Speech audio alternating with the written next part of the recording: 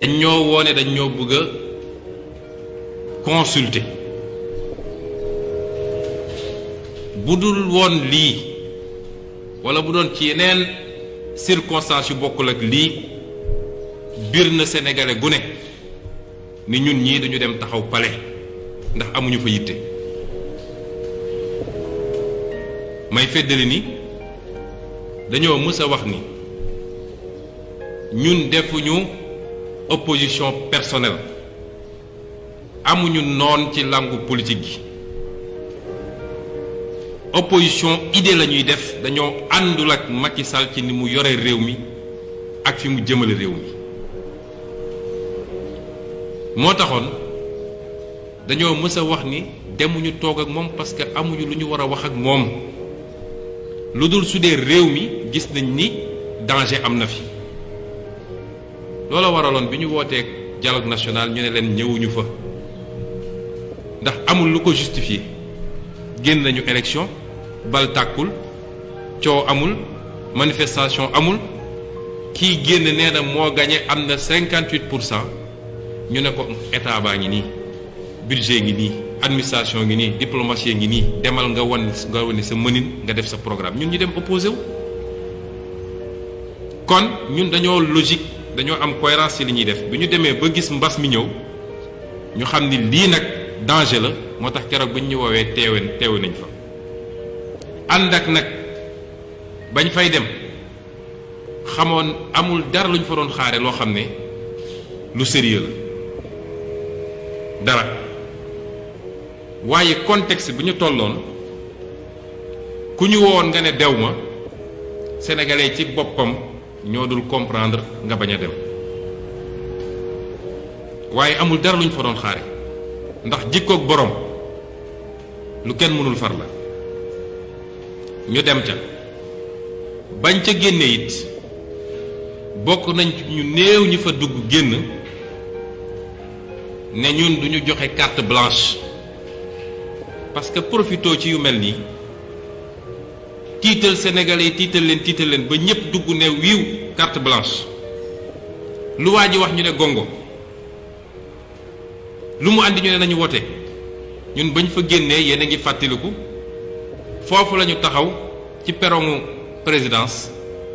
ne li ñu gis dalul suñu xel ndax bañ fay dem dañ faa dem yóbbu fa suñuy laajte yu leer nañ ba ñu demee amuñu tontu ya yenn it nga xam ne annoncé woon na ko ci discours bi mu defoon la veille ñu wax ci ni lii ak lii d'accorduñu ci jàpp nañ ni du lii la ñu war a def moo am it luñ ñu diggoon foofu mooy bi ñu laajee ñu présenté ñu un programme détaillé chiffré ligne par ligne rubrique par rubrique dañ ñu ne ministre yaa ngi cay liggéey bu soobee yàlla fii ak ajjuma di ngeen ci jot ba tey ba sànq jotuñu ci kon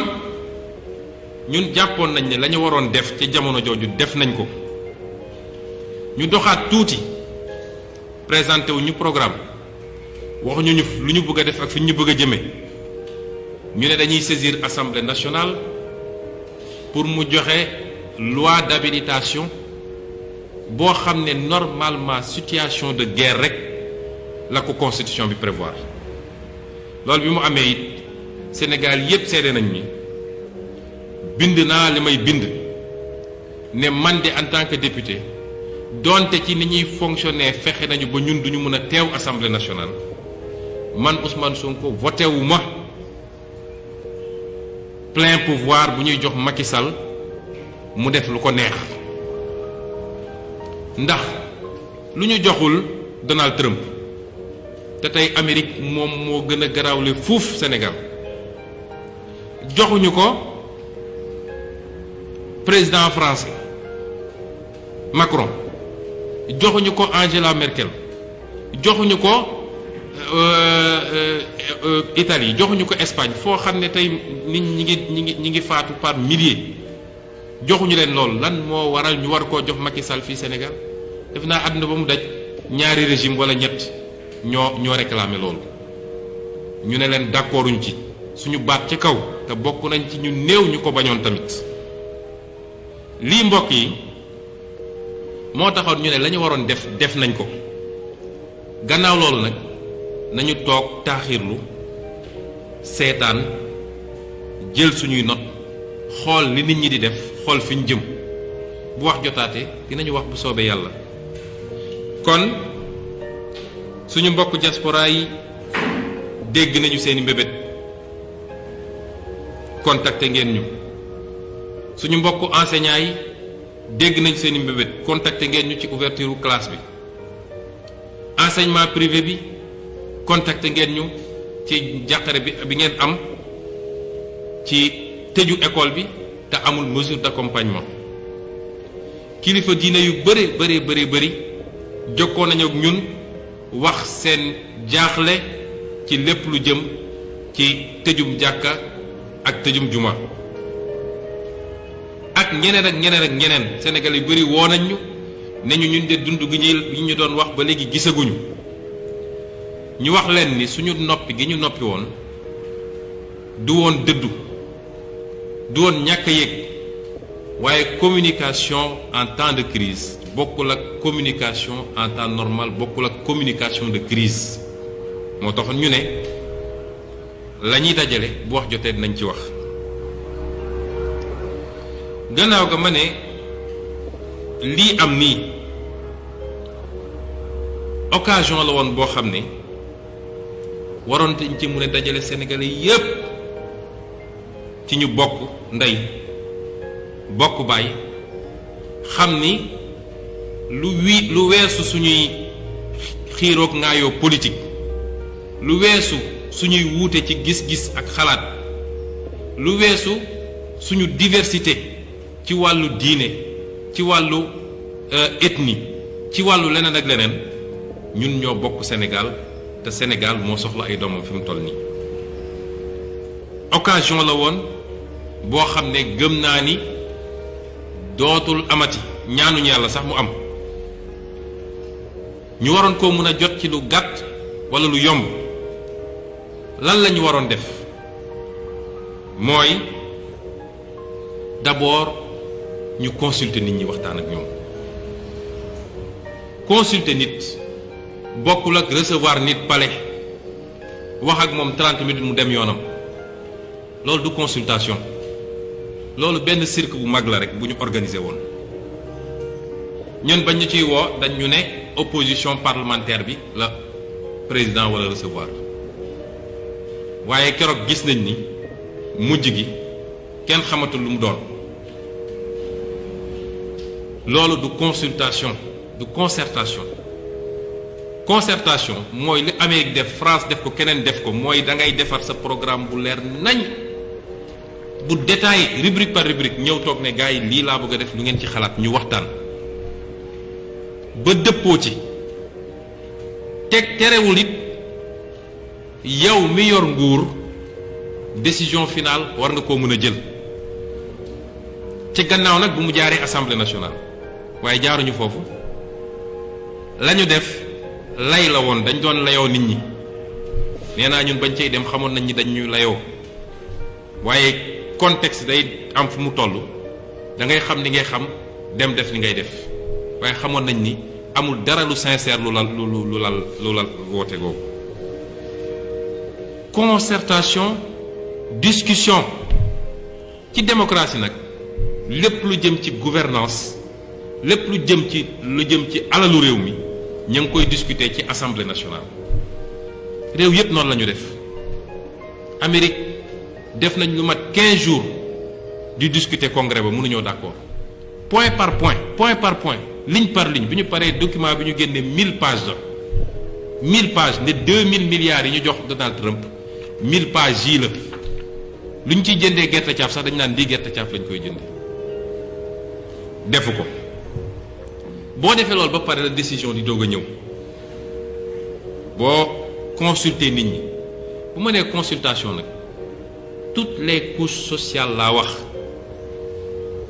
kilifa diine yi imaam yi artisan yi keneen ak keneen transporteurs yi concerté leen ci base programme boo xam ne lii laa fas yéene def ci secteur bu nekk. bu loolu jeexee nag da ngay jël sa décision. alxuraan dafa ne wa shaawiruhum fil amri nang leen consulter. consultation dafa am solo. loolu la ñuy taggee njiit mooy da ngay mun a d'accord di diisoog nit loolu wàññiwul dara ci sa pouvoir waaye jàpp ni man maa xam man maa mën waaye après tout c'est moi le président ñi la war naan la wiiw yow dong la moo tax booy mbëkk miir it yow dong koy mbëkk te dinaa ci dellu si. bu loolu weesoo nag décision yi ngay jël dafa war a am cohérence dafa war a am ci décision yi boo gisee coow li yépp am dañoo jël ay décisions yu incohérentes dinaa ci dellu si. cohérence mooy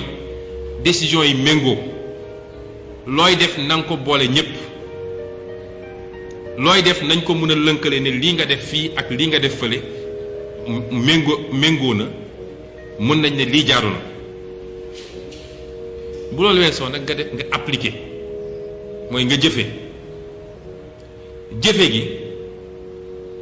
bu doon jaar na yoon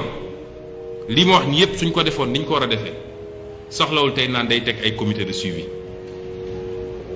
parce que bu ñu arrêté li ñuy arrêté ba jaarale ko def loi de finances rectificative assemblée nationale voté ko administration moo koy appliquer les corps de contrôle vérifier ndax ni ñu ko appliqué baax na soxlawoo di dajale ay nit naan société civile ñëwal fii parti politique ñëwal fii un parti politique n'est pas un exécutant de l'État parti politique ci sottante xalaat nga koy laaj waaye su desee lu du exécution c'est l'administration qui exécute que ce soit l'administration civile wala l'administration militaire moo tax kilifa politique doo nangu ñu lay dugal ci yooyu nga dem naan maay contrôler ñaata kilo ceeb la ñu joxe ñaata litre diwlin la ñu joxe loolu du rôlu kilifa politique ñàkk a wekk mooy tax ñu naan kilifa politique ñëwal di compter peppu ceeb yi application boobu it dafa war a ànd ak transparence mooy mbir mi jaar yoon leer parce que xaalisu askan wi la te dërëm gu ne war nañoo xam fan la dugg 15 gu ne war nañu xam fan la dugg te yooyu yëpp daa ci dellu si transparence boobu it dafa war a ànd ak communication di wax ak askan wi ci mbir mi ci dimension yëpp nag muy dimension sociale muy dimension sanitaire muy dimension économique bi dafa war a ànd it ak évaluation mooy xayma soo jëlee ay décision ne fii laa bëgg a jëm balaa ngay dox ba si yàgg nga ne changé na xanaa di nga xayma ba ne décision yi ma jëloon lii moo ci baaxul lii moo ci baax ba tax ma war a ba changé waaye xëy rek ne changé na à 380 degrés te kenn évalué wul li nga jotoon a def problème am na évaluation boobu nag moo mën a andi enfin li ñuy wax réajustement mooy defaraat mooy xoolaat nuñ koy rectifier lii nag introduction la woon pour ñu gën a xam la may wax lu mu doon lii dañ koo defut safaan wala ñu def moo tax mu andi ñu fii ñu nekk nii